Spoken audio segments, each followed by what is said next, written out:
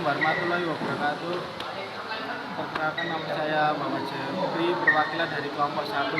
Saya akan menjelaskan sistem EVI. Yang pertama adalah aktuator injektor, berfungsi untuk sebagai pemasok bahan bakar yang dibutuhkan ruang mesin atau ruang pembakaran mesin udara silinder. Yang kedua, crankshaft position sensor. Crankshaft position sensor di dekat puli memberikan informasi ke bagian ECU mengenai kecepatan putaran mesin serta timing dari pengapian. Cam position sensor di dekat head menentukan langkah hisap di mana terjadi pembukaan injektor atau penginjeksian. Check engine lamp berada di speedometer. Fungsi mendeteksi kerusakan motor yang diinformasikan oleh electronic control unit ECU. Selanjutnya adalah MAP, manifold absolute pressure, berfungsi sensor MAP yang utama adalah mengukur besarnya tekanan udara di dalam intake manifold sistem pembakaran mobil.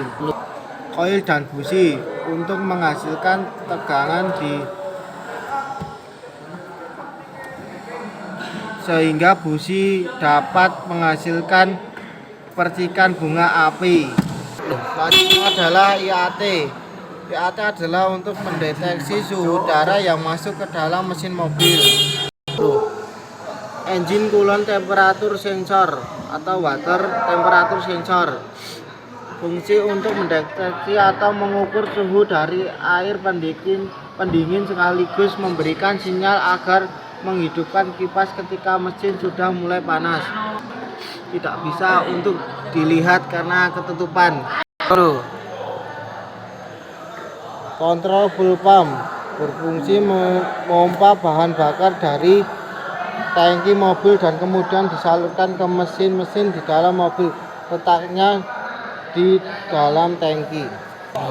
Electronic control unit atau ECU berfungsi sebuah komponen pada mobil yang memiliki fungsi sebagai sistem sirkuit elektronik utama pada sebuah mobil dan mengontrol satu atau lebih sistem atau subsistem dari sebuah kendaraan. Idle speed control atau disingkat ISC. Idle speed control adalah untuk menyesuaikan kecepatan RPM mesin saat langsung di berbagai kondisi dengan otomatis. Throttle position sensor atau disingkat TPS.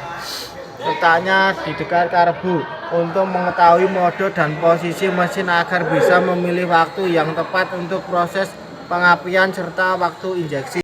Data link connector atau DLC di dekat dashboard. Jalur koneksi diagnosis untuk kendaraan baik mobil maupun sepeda motor yang digunakan untuk komunikasi antar muka. Alat pemindai scanner. Knock sensor. Fungsi knock sensor adalah mendeteksi ketukan atau getaran tidak wajar yang terjadi akibat waktu pembakaran tidak sesuai mesin beroperasi, dekatnya di samping blok mesin.